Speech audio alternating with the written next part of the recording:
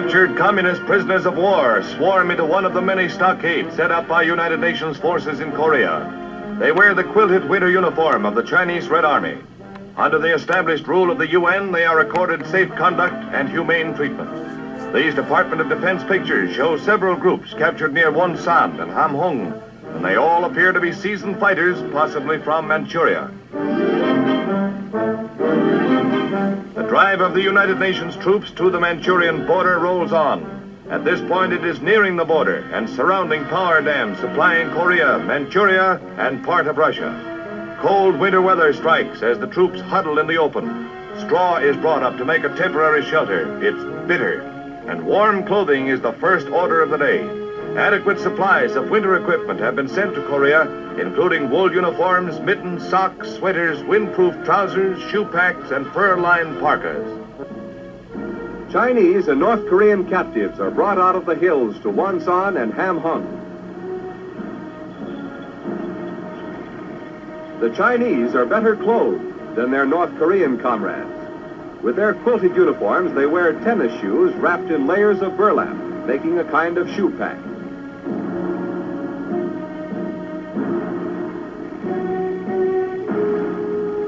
In contrast with the Chinese, the North Koreans are in rags at this stage of the war.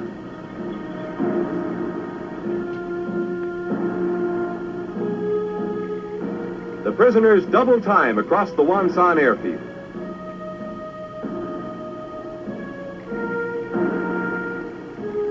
They are being marched to landing craft, which will take them to Busan. Since the beginning of the war, the North Koreans have suffered 460,000 casualties, including the dead, wounded, and captured. 130,000 Red prisoners have been taken at this time. 2 women are in this group. These Department of Defense pictures show some of the thousands of communist prisoners of war collected in a typical stockade. Sanitary measures are taken to prevent the spread of disease. This processing has proven very effective in stopping epidemics. The treatment accorded these prisoners by United Nations forces is in direct contrast to that dealt out by the communists to their prisoners. No shooting in the back, and as for rations, there's plenty. The prisoners admit they never had it so good and that finally somebody is treating them as human beings. Over 25,000 men have been wounded in Korea, but less than 2% of these men have died. Less than 2 men out of every 100 wounded. The main reason for this low death rate is the speed of treatment. This is a battalion aid station, first stop in a wounded man's swift journey through the echelons of medical aid. The average time spent at a battalion aid station is only 72 minutes.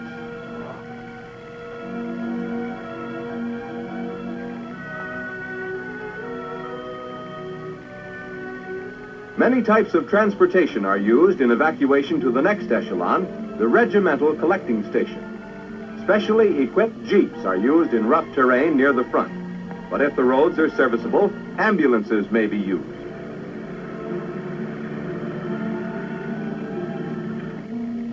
Air evacuation is fastest of all and enables certain medical channels to be skipped. Behind the collecting stations are division clearing stations and mobile hospitals. Medical care takes manpower. It takes several men to carry a litter. Evacuation procedures are similar throughout the services. The Navy provides medical service for the Marines. The results of speed have been shown by a hospital at Busan. Out of 18,000 wounded brought in during the first 3 months of the war, only 40 men died. Field expedient. Wooden stands instead of tables speed the movement of litters and allow the aid men to work at hand level without bending over.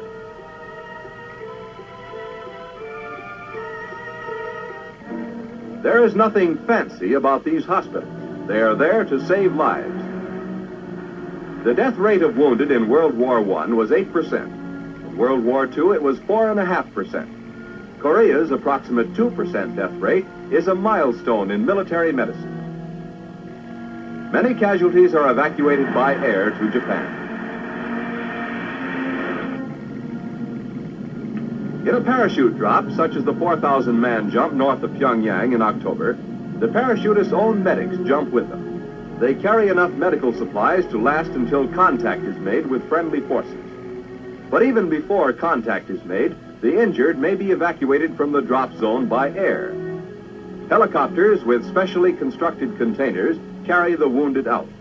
Many a man who could not have survived a jeep or ambulance ride over the rough roads of Korea owes his life to these evacuation planes.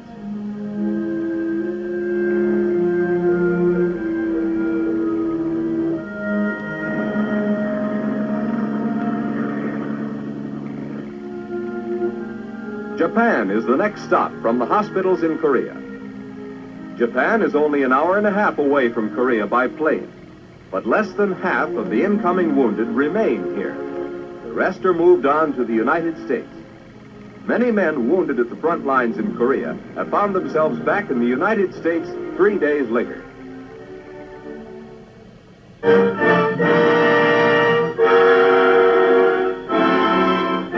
United Nations forces drive ahead toward the Manchurian border and the power dams of northern Korea, which the communists have been fighting desperately to defend. As UN troops capture town after town, the fleeing Reds set fire to the buildings as they abandon their former strongholds.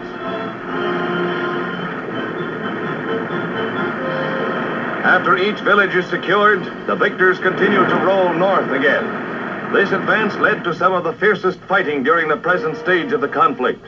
While the troops face the bitter, wintry campaign on the ground, the Air Force strafes enemy transport lines and strong points in supporting raids. The jets peel off.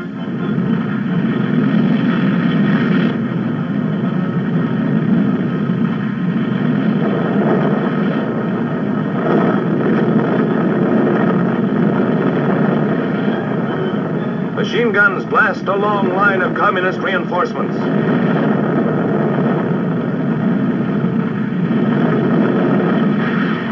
Rockets strike enemy rail lines.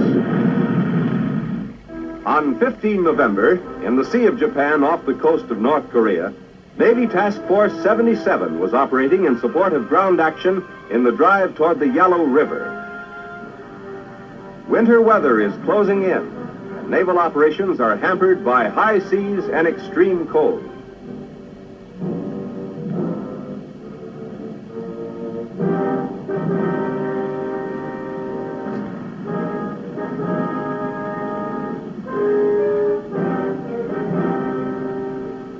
The aircraft carrier Philippine Sea receives ammunition, mail, and other supplies hauled across open water in a cargo net. Such operations are difficult in rough weather. First load is ammunition. It is quickly taken in and passed back into the carrier's magazine. At this time, Navy and Marine carrier planes were taking the fight into every corner of North Korea below the Manchurian border.